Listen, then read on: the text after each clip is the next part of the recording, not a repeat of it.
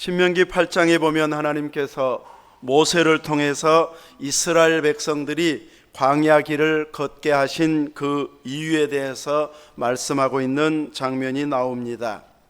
하나님께서 능력이 부족해서 광야 길을 40년이나 걷게 한 것은 아니었습니다.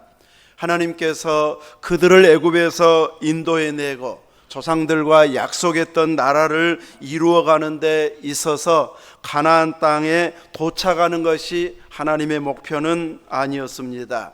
하나님께서 구별한 백성들을 통해서 말씀에 순종하고 하나님만을 사랑하는, 하나님을 경외하는 의로운 백성, 의로운 나라를 세우셔서 하나님이 기뻐하는 나라를 인도해가는 이런 것이 하나님의 세우신 계획이었습니다.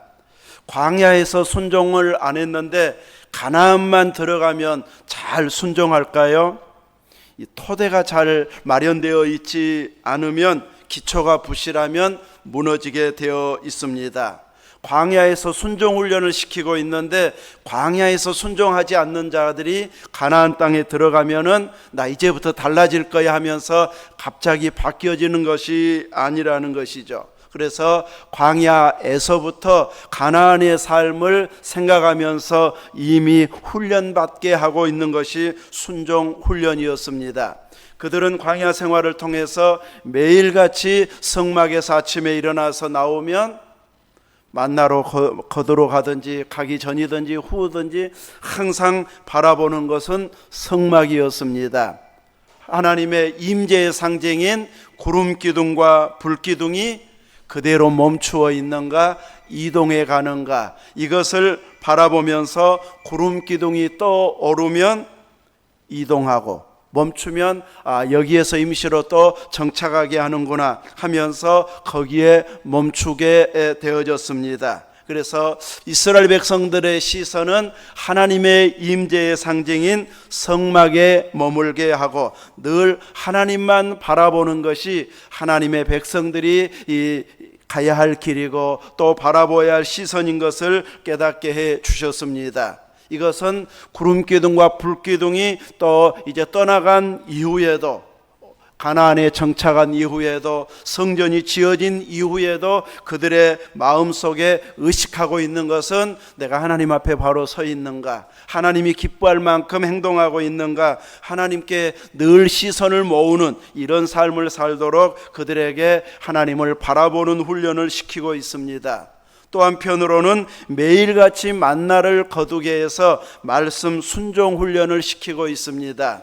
매일같이 거두러 가라고 하면 거두러 가고, 그 이튿날까지 많은 양을 거두며 먹을 수 있을 만큼 많이 거두면 벌레가 생기고 부패한다. 그러니 하루 분량만 거두어라 하면서 매일같이 하루치만 걷게 하고 있고, 안식일 전날만 갑절의 은혜를 주셔서 안식일 것까지 거두게 하고 있습니다. 그리고 안식일에는 거두러 가지 말라 했는데 초반에는 거두러 가는 사람이 꼭 생겼습니다.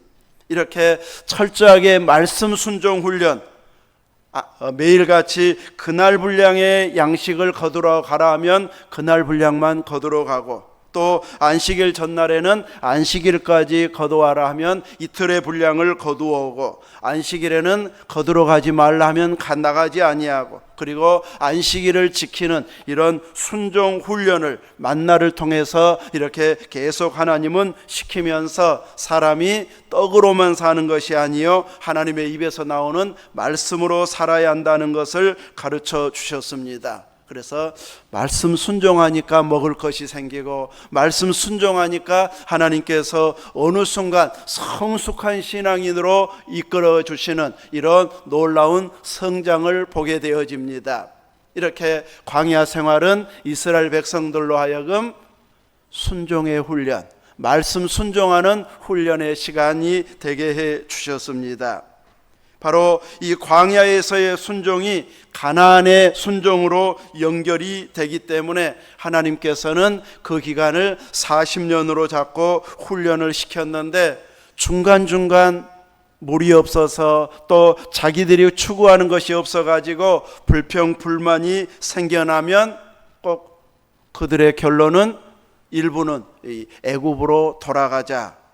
이 애굽에 곧 세상에 젖어 있는 것에서 빠져나오지 못하고 여전히 애굽의 습관에 머물러 있는 그들은 가나안에 들어가도 똑같은 행동이 나오기 때문에 이제 하나님의 능력을 믿지 못했던 이들, 정탐에 했던 날짜를 1년으로 해가지고 40년 동안 지내면서 거기에서 죽어가게 하고 있습니다. 충분히 하나님의 능력은 경험하고 누릴 것은 누리지만 가나안 땅에 들어가는 복은 허락해 주시지 않았고, 그들이 염려하면서 걱정하면서 이제 살리기 위해서 애굽으로 데리고 가야 된다고 생각했던 자녀들은 20세 이하였던 자녀들은 하나님께서 책임지고 가나안으로 인도해 가고 있습니다. 이들이 가나안 땅에 들어갔을 때는 요단강을 건너자마자 천국이 기다리고 있었습니까? 가나안은 천국은 아니었습니다. 우리는 그냥 요단강 건너서 만나리 하면서 천국을 기대하고 소망하는 이런 것을 사모하지만 가나안 땅은 천국은 아니었습니다. 광야에서 훈련받은 그 훈련을 구체적으로 삶 속에서 이제 적용하고 순종하면서 열매를 맺고 그 열매를 먹게 하는 것이 가나안의 삶이었는데, 그 삶을 통한 그 열매가 충분하게 나타나도록 하셔서 새로운 또 헌신과 순종과 투쟁을 하는 곳, 이것이 바로 가나안이어서 그곳에서 삶으로 온전히 하나님 마음에 합하게 살아가는 또 하나의 훈련 과정이 되게 해 주셨습니다. 오늘 누가복음 11장 29절에서 32절 말씀에서는 예수님은 자신을 솔로몬보다 요나보다 크신 분으로 소개하고 있습니다. 솔로몬보다 요나보다 더 크신 분이면 더 감동하고 더 확실하게 믿고 더 말씀 순종하는 결과들이 나와야 된다고 하는 증거로 이렇게 크신 분으로 소개하고 있습니다. 말씀을 이제 무리가 모였을 때 예수님께서 말씀을 하시면서 첫 마디는 이 세대는 악한 세대라고 말하고 있습니다. 사람들이 살고 있는 이 세상은 악한 자들이 발붙일 곳이 없어야 좋은 세상인데, 세상은 예수님 시대나 오늘 우리가 살아가고 있는 시대나 악한 자들이 오히려 큰 소리치고 있는 자들의 모습입니다. 작은 도둑들은 잡혀가서 벌을 받는데 어마어마하게 큰 도둑들은 큰 소리치면서 살아요. 끌려가지도 않고 오히려 자기들이 큰 소리치는 이런 시대가 되어버렸습니다. 그들이 군림하고 있고 큰 소리치고 있고, 그래서 정직하게 땀 흘려 사는 자들이 탄식할 수밖에 없는 이 세대인 것을 보고 우리들도 여전히 보고 있습니다. 사람들은 예수님께 찾아와서 끊임없이 하늘로서 온 표적을 보여달라고 구하였습니다.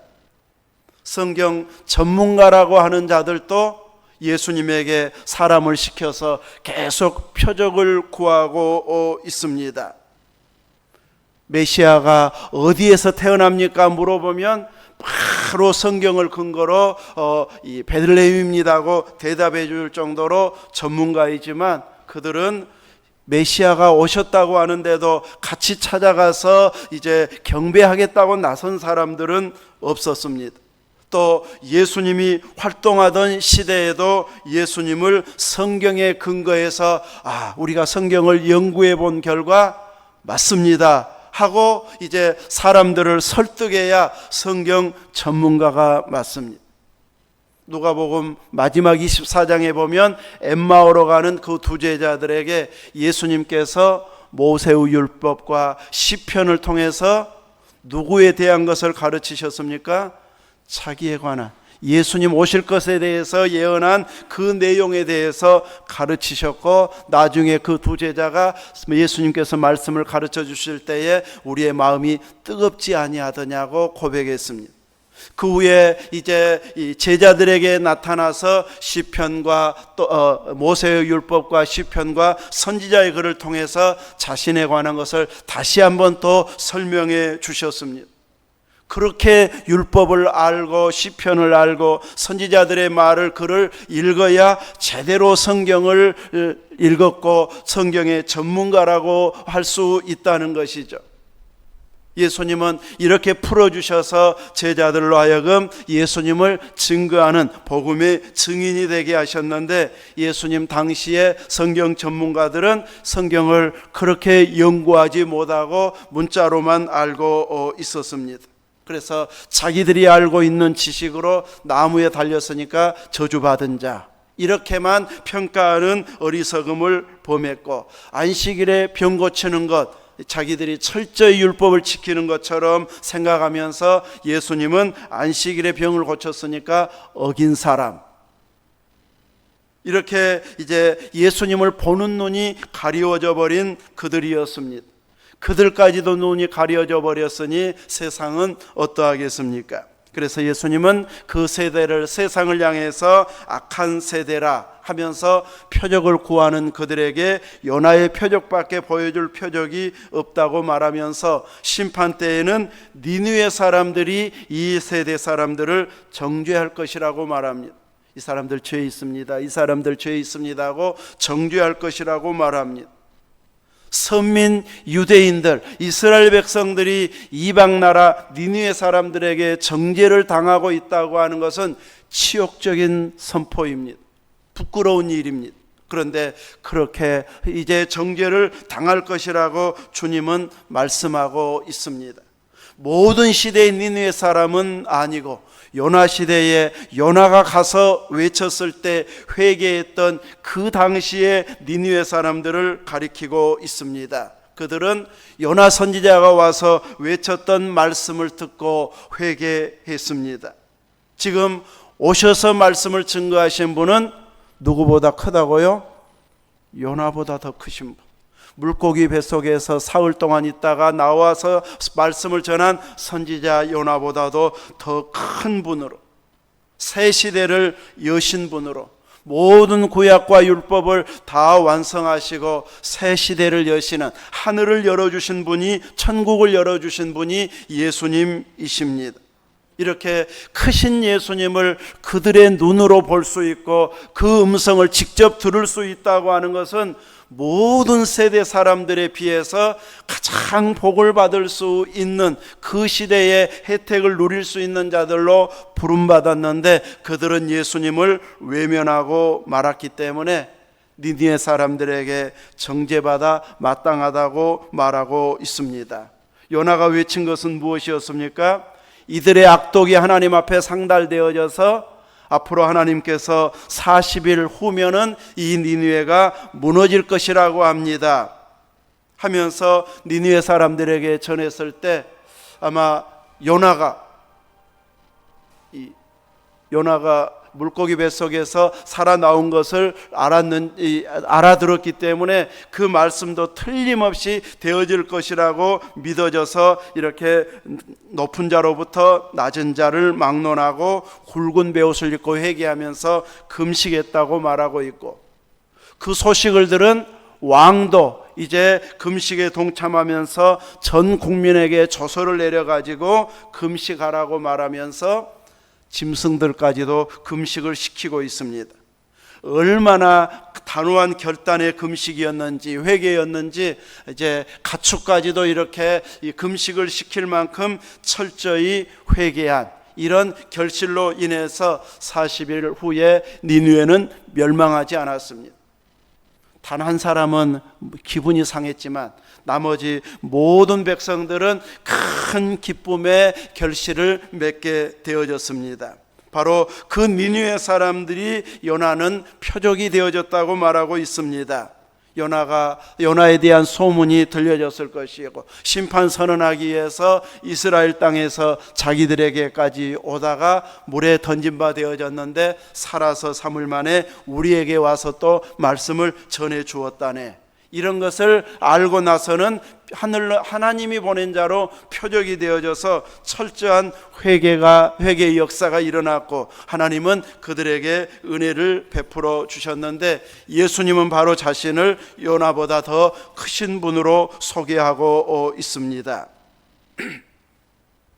그런데 예수님 시대에 더 크신 분이 오셨는데도 불구하고 요나 시대에 요나가 물고기 뱃속에서 살아나온 것처럼 예수님은 하늘에서 온 표적을 보여달라고 사람들은 계속 요구하거나 귀신을 쫓아내는 이런 표적을, 이적을 보았을 때의 반응은 하나님이 보내시니까 이런 능력이 우리에게 나타나는구나. 어느 사람들의 고백처럼 이제 이 메시아가 아니라면 누가 다시 메시아가 온들 이런 능력을 행할 수 있을까 싶을 만큼 전에 듣도 보도 못한 이적들을 행했을 때에 이분이 그분 맞겠다 하고 인정하는 사람들이 있는가 하면, 어떤 사람들은 귀신의 왕 바알세불을 힘입어서 귀신을 쫓아낸다, 그러니 그런 것 말고 하늘로서 온 표적을 보여달라고 요청하고 있습니다. 저희 은사님, 대학부 때 은사님이 이제 설교집을 내놓은 걸 이 부분 읽어보니까 하늘로서 온 표적들을 역사가들이 연구에 의하면 이런 내용이었다, 사람들이 그 당시 요구했던. 저는 그 책을 본 적은 없는데 어떤 이 설교집에 보니까 이제 하늘로서 온 표적을 보여달라고 하면서 요구했던 것은 이 하늘의 별들의 자리를 한번 바꾸어 보십시오. 이 별자리들을 바꾸어 달라고 요구했다는 거예요. 막 북두칠성이 딱 일정하게 이제 그 자리에 있다가 이제 시간이 지나면서 점점점 옮겨가는 그 표적을 전혀 다른 장소로 한번 옮겨봐 달라. 아니면 예수님의 이름을 황금 분자로 하늘 저편에서 타오르게 한번 해보라. 또 어떤 사람들은 하늘에서 갑자기 하늘을 떠나 로마 속박으로부터 그들을 구원하러 오는 미가엘의 환상을 한번 보여달라. 막 이런 것을 통해서 이런 것을 해주면 진짜 하늘로서 온 사람 맞다 하면서 믿겠다고 하늘로서 온 표적을 보여달라 했다는 것이죠. 뭔가 불가능한, 사람으로는 불가능한 이런 일들을 보여주면 그들은 믿겠다고 말했을 때 예수님은 깊이 탄식을 하시면서 표적을 보여주지 아니하리라 하십니다. 이미 그들에게 믿을 만한 충분한 표적을 보여주었는데 그것은 인정하지 않고 계속 새로운 것, 다른 것, 불가능한 것을 해결해 주면 믿겠다는 식으로 이렇게 이야기하고 있는 그들을 향해서 보여주지 않겠다고 말합니다. 우리 시대의 사람들을 그들이 책망한다면 어떻게 책망할까요? 우리가 살던 시대는 기록된 성경책이 없었는데 당신들 시대에는 성경책이 집에 몇 권이나 있고 뭐 교회도 있고 집에도 있고 핸드폰만 열면 있고 그렇게 볼 수 있는데, 설교도 TV 틀면 방송 설교가 나오고 인터넷 열면 방송 설교, 핸드폰에서 열면 또 설교, 우리 교회 설교도 들으려고만 마음먹으면 찾아볼 수도 있는, 이렇게 수없이 들을 수 있는데 삶은 똑같더라, 안 변하더라 하면서 책망받을 수 있을 것입니다. 오히려 우리는 더 많은 혜택을 누리면서도 더 많은 강팍한 모습들이 있습니다. 예수님 당시의 사람들, 예수님이 전했을 당시에는 아직 부활까지는 목격하지 못했는데 우리는 부활까지 증거하는 증인들까지 기록된 말씀을 가지고 믿고 있습니다. 성경이 기록한 대로 이제 밭에 감추인 보화가 예수님이셨습니다. 그 예수님을 발견하고 이제 이 모든 것을 팔아서 예수님을 사도 손해가 되지 않는 그 보화가 예수 그리스도였습니다. 우리는 그 보화를 우리 안에 모시고 살 수 있는 이런 영광을 누린 자들은 정죄당하지 아니하고 하나님의 귀한 일에 동참하는 백성으로, 자녀로 헌신하는 이 길이 열려지게 되어졌습니다. 예수님께서는 또 하나 이제 남방 여왕이 심판 때에 이 세대 사람들을 정죄할 것이라고 말하고 있습니다. 남방 여왕은 솔로몬의 지혜로운 말을 들으려고 땅 끝에서 왔다고 말하면서 솔로몬보다 더 큰 이가 여기 있다고 말합니다. 열왕기상에나 역대기에 보면 이제 스바 여왕이 솔로몬의 지혜의 소식을 듣고 찾아왔다가 우리나라에서 들었던 그 지혜보다 내가 직접 들어보니까 그 지혜는, 들었던 지혜는 반도 안 된다 하면서 지혜에 감탄하고 있고 솔로몬의 지혜에 감탄하면서 솔로몬의 신하들을 부러워하고 있습니다. 나도 저 신하들처럼 매일같이 솔로몬의 지혜로운 말을 들어보면 얼마나 좋을까 하면서 늘 솔로몬의 지혜로운 말을 들을 수 있는 사람들을 부러워하고 있습니다. 이 남방이 어디인가? 어떤 분들은 아라비아 서남부에 있는 현재의 예멘이라고 하기도 하고, 역사가 요세푸스는 이제 에티오피아 여왕이었다 이렇게 말하기도 하고, 막 전설에 의하면 에티오피아 그 여왕의 후손이 솔로몬의 후손이었다 막 이렇게 이야기하기도 하는 그 나라였다고 말하기도 합니다. 이렇게 멀리서 솔로몬의 지혜를 듣기 위해서 찾아왔고 감탄했고, 그리고 그 지혜를 주신 하나님께 영광을 돌렸습니다. 그런데 서기관이나 바리새인들은 예수님 가까이에서 말씀을 들었고 혹은 들은 사람들의 소식을 전달받았음에도 불구하고 그들은 거절하는 자가 되어져서 이렇게 더 크신 분이 오셨음에도 불구하고 예수님을 받아들이지 않는 그들을 이 남방 여왕이 너희들을 정죄할 것이라고 말하고 있습니다. 오늘 우리들에게서 나타나야 할 반응은 니느웨 사람들, 요나가 전파했을 때 당시의 사람인 니느웨 사람들의 반응이나 혹은 남방 여왕이 반응했던 그 반응을 지금 이 시대에 하나님의 말씀을 받는 사람들이 나타나야 할 반응임을 예수님은 보여주고 있습니다. 오늘 우리들에게 이런 반응을 보여야 함에도 불구하고 예수님에 대해서는 깊이 들으려고 하지 않는, 나 들어봤던 내용이고 어느 정도 알 것 같고, 하나님이 정말 살아계시면 내 아픈 거 치료해 주시고 내 돈 문제 해결해 주시고 막 이런 이방 종교를 믿는 사람들이 구하는 것이나 똑같은 것만 그냥 대상만 다르게 구하고 있다면은 좋은 신앙의 모습이라고 할 수는 없을 것입니다. 우리는 단순히 그것을 하나님 앞에 요구해서 받아내는 자 정도가 아닌, 하나님께서 우리를 자녀로 또는 신부로 우리를 높여주시고 그 수준으로 올라서도록 우리를 불러주셨습니다. 우리의 신앙은 단순히 예수님 나 영접했습니다, 나 이제 구원받았습니다 하고 그 수준에 머물기를 원하는 수준이 아닙니다. 우리는 하나님께서 너희가 내 남편, 내가 너희들 남편이다. 예수님은 우리들을 향해서 우리를 신부로, 이렇게 신랑을 맞이해야 할 준비를 해야 될 신부로 소개하고 있습니다. 거기에 걸맞는 신부가 되어져야 주님이 영광을 받으십니다. 대통령에 걸받는 영부인이 되면 영광스러운 그 역할을 감당하게 되고, 그 역할을 못하게 되어지면은 비난받는 이런 세상이 되어지는 것처럼 오늘 우리들의 신분이 이렇게 존귀한 신분이 되어졌으면 에이 나 같은 것이 하면서 그것은 안 맞은 것 같고 예수님 잘 영접해서 천국만 가면 좋겠다, 그것도 죽어봐야 알겠지만 이런 식으로 믿으면 주님이 기대하는 신앙 수준에 올라선 것은 아닙니다. 우리는 이미 이 땅에서 천국을 상당 부분 누리고 있어야 천국 백성으로 살아가는 자들입니다. 죽어봐야 아는 것이 아닌 이 땅에서 이미 누리고 있다가 가보니까 다 그 주님 맞네요 하고 고백할 수 있어야 되고, 내가 그토록 사모하고 사랑하고 내 모든 것을 바치고 싶어서 그렇게 헌신했는데 딱 그 주님 맞네요 하면서 다시 한번 확인하면서 영광 돌리는 이 땅의 삶이 되게 해야지, 죽어봐야 알겠다 이 수준으로 하나님이 여러분을 만족하시지 않습니다.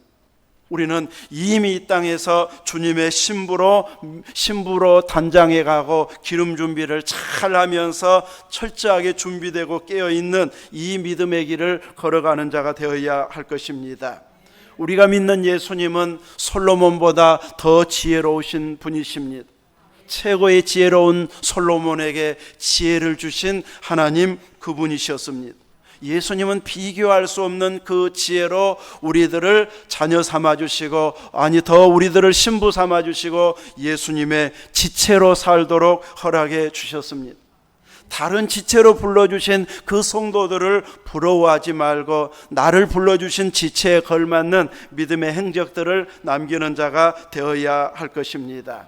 하나님은 최고의 지식으로 하나님이 보내신 자를 아는 것, 이것이 바로 최고의 지식임을 말씀해 주고 있습니다. 우리가 예수님을 제대로 알고 믿는 것이 최고의 지혜입니다.